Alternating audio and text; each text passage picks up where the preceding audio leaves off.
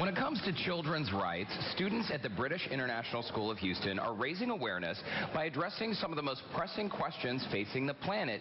They're using a social media chain reaction to discuss it. In fact, they join students from around the world who are using Twitter to make their opinions heard, and they're challenging others to take action to help create the future we want for all of our children.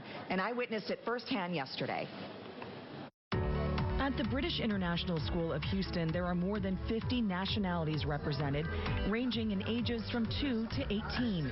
On November 20th, a day of learning focused on a global issue, taking to Twitter from time zone to time zone, asking, should the UN curb population growth?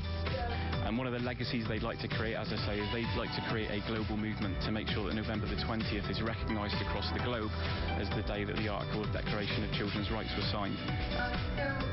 The discussion started with a student-led assembly in the school's auditorium and continued in science, math, design thinking, and even a flute ensemble from the Baroque era.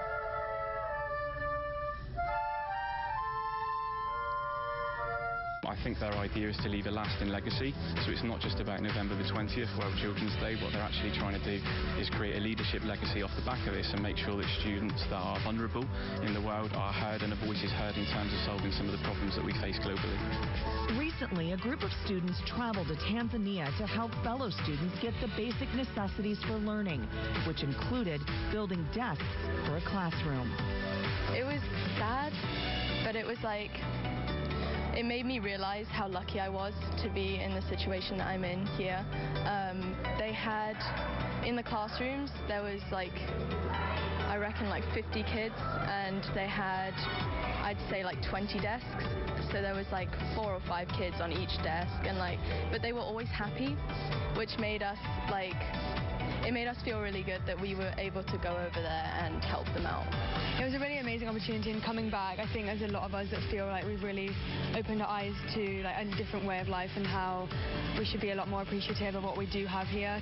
And to make an impact worldwide, there's a call to action by using exercise to make a statement using the hashtag #Give20, doing 20 high knees, ankle ups, and lunges to encourage a conversation. In essence, what we're trying to do is create the world's future leaders, and in modelling that as teachers and allowing students to construct that learning themselves, we hope to be able to build those skills and that development into them. And joining us today, we have Principal of the British International School of Houston, Mr. Andrew Derry, along with students Hannah, Alex, Riley, Eliza, and Miriam. Welcome to all of you. Welcome to the show. Thank you. You must be so proud of your students. First of all, I just want to say that looking at this piece here, it seems like you have such a diverse collection of really passionate and curious young people. No, we do, and I think we were on the show. We're fortunate to be on the show, I guess about 18 months ago, and we were just opening the brand new campus there, and now we have over 1,000 students, 60 nationalities from all over the world. So yes, we're hugely proud of them. I love it. I had such a great time yesterday visiting the school and the campus and dropping into some of the classes. And Hannah, let me bring you in. What grade are you in? Are you in 11th grade? Yeah, I'm in the 11th grade, year 12. And what has this experience been like for you in the school? Because I love the way that your minds work with this question and building this relationship with UNICEF and the UN. How has that given you some power? Well, my experience with this really started back in July when I was invited to speak at the United Nations High-Level Political Forum in the presence of the President of the UN General Assembly, all about how North Anglia schools have been able to empower young people to make action towards achieving the Sustainable Development Goals. And then from that, I also just got back from Tanzania, where I was on a service trip where we were building up a nursery school for disabled children and building school desks and installing solar lights and goat sheds and smokeless stoves, and really just doing what we could to make the lives of the children who are less privileged than us as best as they can be.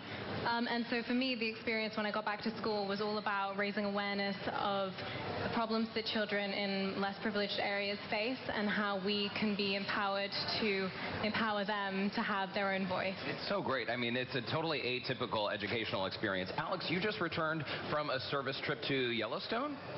that right? No, I did not go to Yellowstone this year, but I have been busy. I've been up to doing some stuff with World Children's Day at the school, just like the rest of us. I've been working very closely with some other students. We've launched a social media campaign in order to bring the issues of World Children's Day to the general public's attention. So it's called #Give20. 20 because World Children's Day is November 20th, and that was yesterday.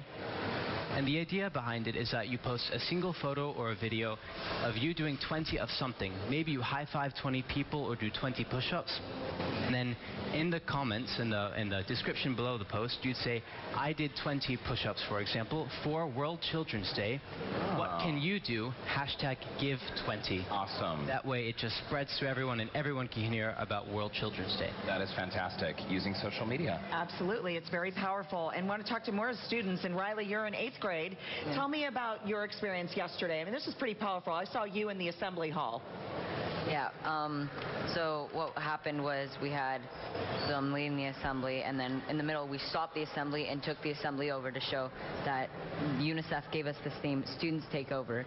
It was a great opportunity for us. It was a student-led committee we put together to plan the whole event of the days and how we were going to do the global chain reaction.